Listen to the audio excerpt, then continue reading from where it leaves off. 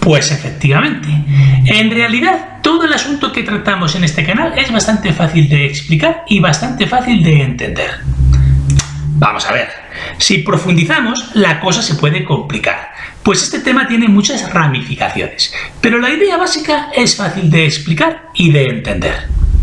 Aún así, mucha gente niega que lo que explico pueda ser factible, pues según ellos es imposible que unas pocas personas controlen todo el cotarro.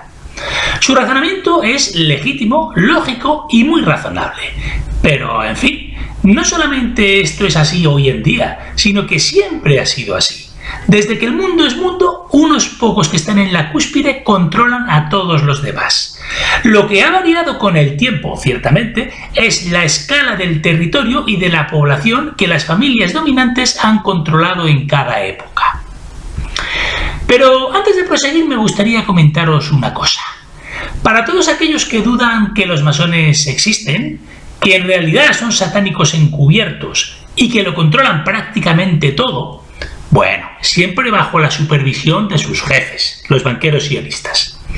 Les invito a que vean en Netflix la serie de dibujos animados de Midnight Gospel, el Evangelio de la Medianoche.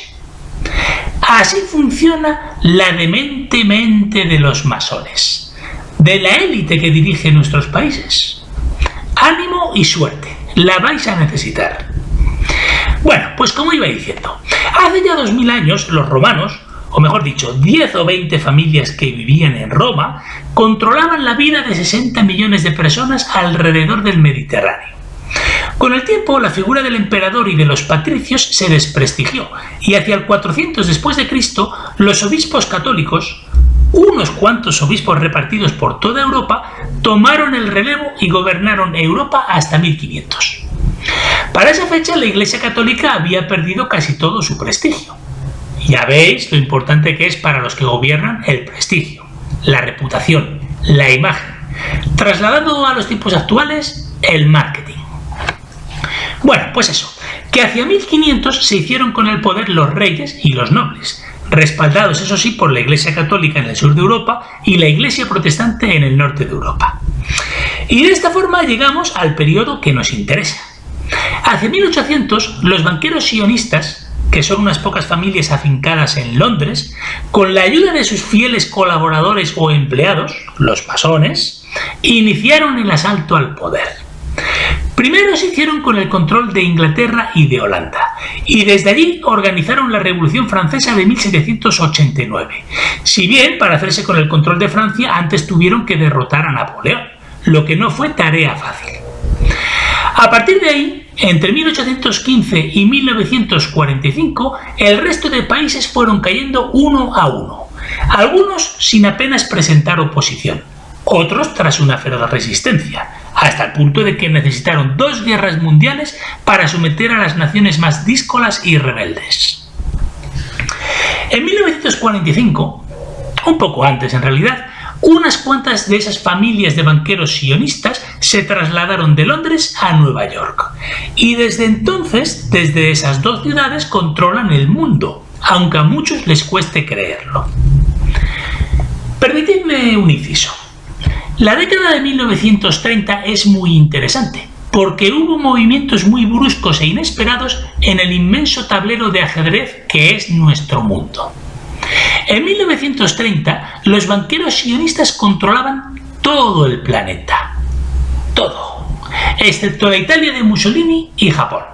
Aunque hay que decir que su dominio sobre algunos países importantes era muy precario y su control podía cesar de un día para otro. Y efectivamente, eso es lo que sucedió. Su dominio sobre Alemania, la Unión Soviética y China era tan precario que en 1933 Hitler les echó de malas maneras de Alemania. En 1937 Stalin empezó a machacar a sus agentes masones en Rusia y en España. Y en 1949 Mao Zedong les expulsó de forma educada de China. Curioso lo de la relación de Stalin con España, ¿verdad? Así que ya veis, entre Franco por un lado y Stalin por el otro, los masones tuvieron que salir pitando de España, aunque desgraciadamente en 1975 volvieron. Y además volvieron por la puerta grande, adueñándose de todo. De tal forma que hoy en día son los amos del país, como ya he demostrado sobradamente en mis anteriores audios y vídeos. El ascenso al poder de Hitler, Stalin y Mao supuso un duro golpe para los banqueros de Londres, París y Nueva York, pero afortunadamente para ellos, la Segunda Guerra Mundial les permitió volver a meter en cintura a Alemania y a Italia, y de paso conquistar Japón. Lo que hace que me pregunte quién estuvo en realidad tras el estallido de dicho conflicto, a quién benefició en realidad que esa brutal guerra tuviese lugar. Sea como fuere, Rusia y China resistieron la embestida. Y ahí seguimos 70 años después con la misma cantinela. Los banqueros sionistas intentando meter en vereda a los rusos y a los chinos para obligarles a usar el dólar. Dicho esto, la cosa no va bien para Estados Unidos, pues cada día que pasa se debilita un poco más, mientras que los chinos cada día que pasa son más poderosos, hasta el punto de que poco a poco están expulsando de Asia a los americanos. O mejor dicho, a los banqueros de Nueva York. Pero no solo eso, también los están desplazando de algunos países africanos e incluso de algunos países sudamericanos, lo que demuestra la gravedad del declive de Estados Unidos. Por todo esto deberíais estar preocupados, porque la élite de origen extranjero que nos gobierna y que controla a Occidente se está poniendo nerviosa, porque sabe que está perdiendo todo su prestigio a ojos de sus súbditos, pues saben que el nivel de vida de los occidentales está disminuyendo y más que va a disminuir en los próximos años, lo que probablemente se traducirá en violentas protestas en las calles, protestas que reprimirán sin contemplaciones. Por eso afirmo que en los próximos años, para prevenir el alzamiento de la población, nuestros gobiernos van a poner en marcha unas fuertes medidas de control social que lógicamente van a cercenar nuestras libertades ciudadanas. En otras palabras, van a establecer una disimulada dictadura de baja intensidad, que casi no vais a notar. Bueno, no lo vais a notar si agacháis la cabeza y no decís ni mu. Es decir, si no os metéis en política, es decir, en problemas.